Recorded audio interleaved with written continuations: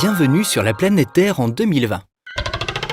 Vous seriez venu juste un peu plus tôt, on aurait eu beaucoup plus de diversité à vous montrer. Nous sommes entrés dans l'Anthropocène, le moment où une espèce animale peut à elle seule modifier le sort de la planète. Et aujourd'hui, elle a déjà fait disparaître la moitié de la vie marine, la moitié de la forêt primaire. Il y a 10 ans, deux fous voient partir en flammes d'immenses étendues de forêt et ils décident de replanter. Ils créent une ONG, Graines de Vie, et ça marche.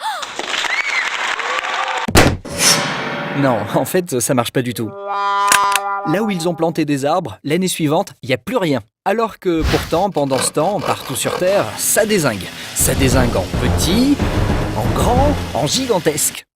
Parfois, une seule allumette suffit. Mais pourquoi est-il donc si facile de déforester et si difficile de replanter ? Eh bien pour 3 raisons. Le pognon, le pognon, le pognon.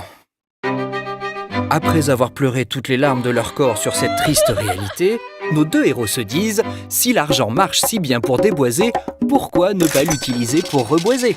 Et c'est ce qu'ils vont faire, avec ce principe. Nous, ici, nous émettons vraiment trop de CO2. Il faut réduire nos émissions et il faut aussi les compenser. Il faut l'un et l'autre. Pour compenser, il faut replanter des arbres, mais il faut aussi qu'ils restent. Replanter la planète est devenu la mission de Graines de Vie. Un combat contre la déforestation où tous les coups sont permis. Par exemple, chez nous, un arbre absorbe ceci de CO2. Et à Madagascar, ceci.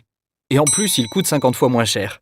Graines de Vie a donc décidé de s'installer à Madagascar, où la forêt primaire est en grand danger, et la population aussi. Graines de Vie finance des pépinières qui apportent des emplois aux femmes. Les arbres sont donnés aux malgaches qui en deviennent propriétaires. Pour moitié, ce sont des arbres de rente, ça veut dire qu'ils rapportent des revenus et participent à l'activité économique. Le pognon, eh oui. Mais c'est pour cette raison aussi qu'ils seront encore là l'année prochaine. Et pour l'autre moitié, ce sont des arbres forestiers qui vont réparer la forêt abîmée. L'un est associé à l'autre. Le reboisement intégré dans la vie locale, ça marche. Parce qu'on explique le pourquoi du comment du réchauffement climatique. Chez eux, dans les écoles, les villages, et chez nous, sur YouTube, Insta et Facebook. Oui, avec cette vidéo que vous êtes en train de regarder. Avec les communes, l'armée, les parcs nationaux, Graines de Vie est aujourd'hui le premier partenaire de Madagascar pour le reboisement. C'est l'histoire de deux fous qui voulaient reboiser la planète et qui le font.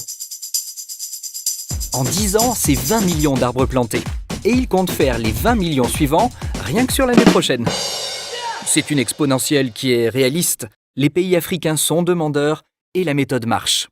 Le reboisement massif ne dépend que de notre simple volonté de compenser nos émissions carbone. Toutes les explications pour le faire se trouvent dans le lien de la vidéo, ici, en dessous.